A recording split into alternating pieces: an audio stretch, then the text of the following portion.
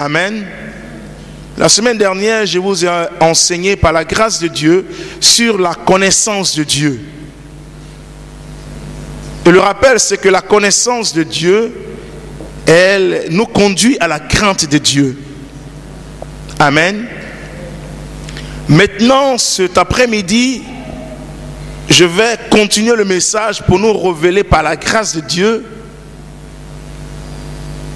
les deux autres éléments qui nous permettent de prospérer, qui nous permettent de réussir, qui nous permettent d'être accomplis,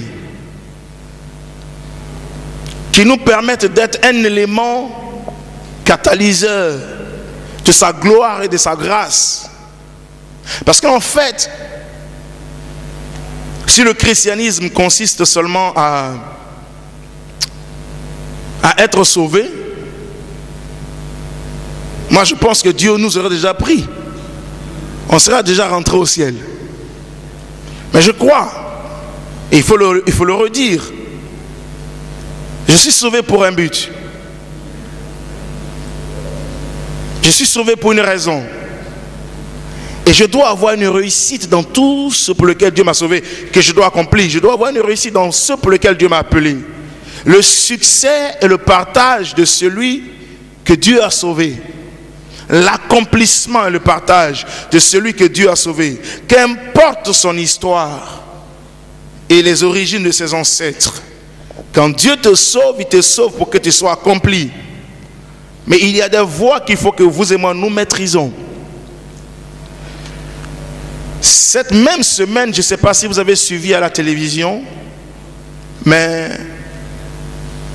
il y a une information qui était à la une depuis 2 semaines. Vous avez suivi à la télévision? Comic Relief.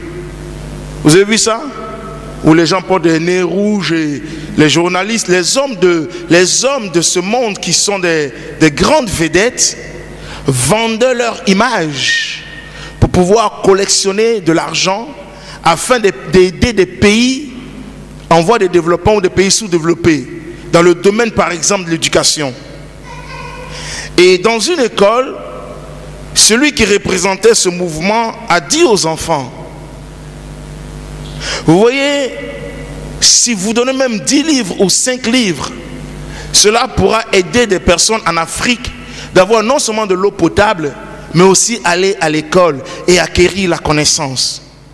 Puisque la connaissance est la clé de la réussite.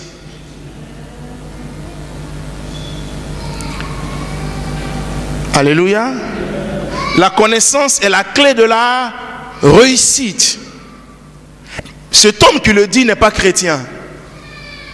C'est un païen.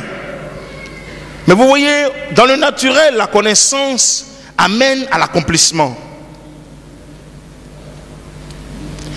Amen.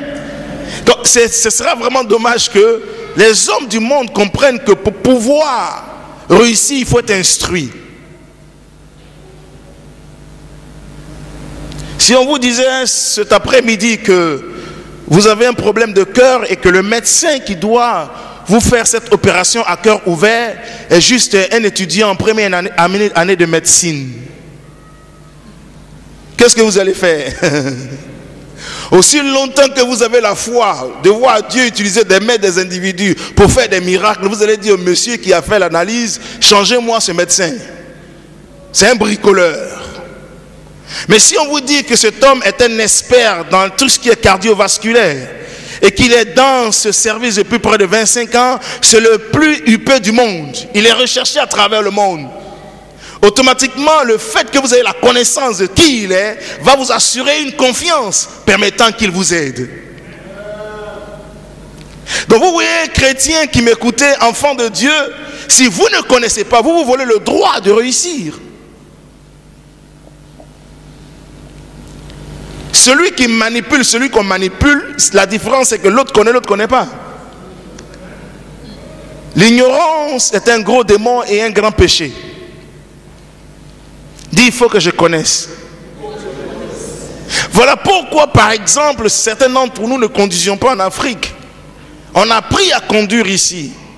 Ce qui fait que, sachant conduire, je quitte ma maison à ici en 5-7 minutes.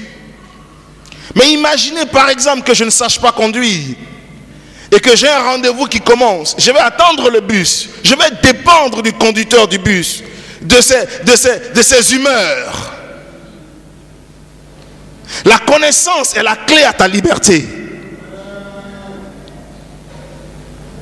Est-ce que vous me suivez? C'est même pas spirituel. Ça là, c'est naturel. Ce que tu peux faire en 5 secondes, quand tu connais, quelqu'un qui sait mieux que toi peut te le faire en 1 an.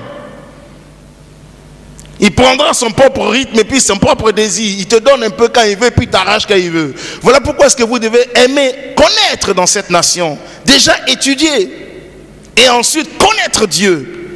Parce qu'à cela est rattaché une très grande vision. Au-delà de toutes les connaissances. Amen.